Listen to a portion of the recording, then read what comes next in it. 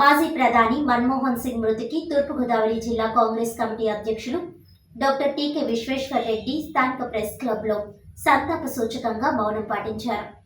తూర్పుగోదావరి జిల్లా కాంగ్రెస్ కమిటీ అధ్యక్షులు డాక్టర్ టీకే విశ్వేశ్వర్ రెడ్డి మాట్లాడుతూ డాక్టర్ మన్మోహన్ సింగ్ మరణం భారతదేశానికి తీరని లోటు అని 1991-96 వరకు అప్పటి ప్రధానమంత్రి అయిన పివి నరసింహారావు మంత్రివర్గంలో ఆర్థిక మంత్రిగా పనిచేసిన తొలి సిక్కు ఆర్థిక మంత్రిగా రికార్డుల్లోకి ఎక్కారని తెలిపారు. ఈ సందర్భంగా డాక్టర్ మన్మోహన్ సింగ్ కుటుంబ సభ్యులకు తమ ప్రగాఢ సానుభూతిని తెలియజేస్తూ వారికి ఆ దేవుడు మనోధైర్యాన్ని ఇవ్వాలని కోరుకుంటున్నామని అన్నారు. ఈ సమావేశంలో కాంగ్రెస్ సీనియర్ నాయకులు అబ్దుల్లా షరీఫ్, డాక్టర్ వడియార్, మోతా సారథ, జాలా నట్రాస్, పట్నాల శ్రీనివాస్, కిషోర్ కుమార్ జైన్, బిల్డర్ బాబీ తదితరులు పాల్గొన్నారు. మరి మన భారతదేశానికి 10 సంవత్సరాలు ప్రధానమంత్రిగా చేసినటువంటి మన్మోహన్ సింగ్ గారు చనిపోవడం అన్నది భారతదేశ ప్రజలందరికీ కూడా చాలా బాధాకరమైన విషయం.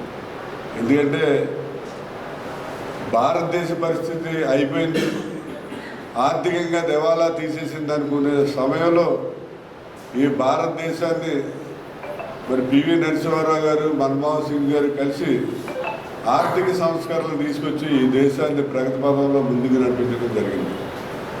అటువంటి భారత ప్రధాని చనిపోవడం అనేది భారతదేశ ప్రజలందరికీ కూడా చాలా బాధాకరం.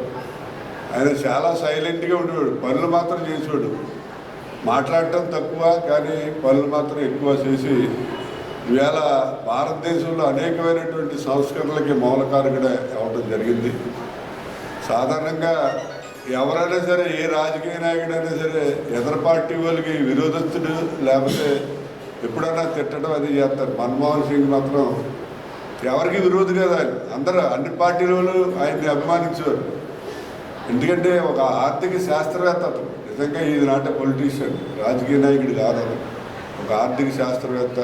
అటువంటి ఆయనకి భారత ప్రధాని అయ్యే అవకాశం వచ్చింది. దాన్ని అతని యొక్క తెలివితేటలు కానీ అతని ఆర్థిక విధానాలతో భారతదేశాన్ని చాలా ముందుకు తీసుకెళ్ళడం జరిగింది. మరి అటువంటి వ్యక్తి భారతదేశంలో పుట్టడం అనేది భారతదేశానికి అదృష్టంగానే భావించాలి. మరి చనిపోవడం కూడా అందరికీ కూడా బాధాకరమైనటువంటి విషయం.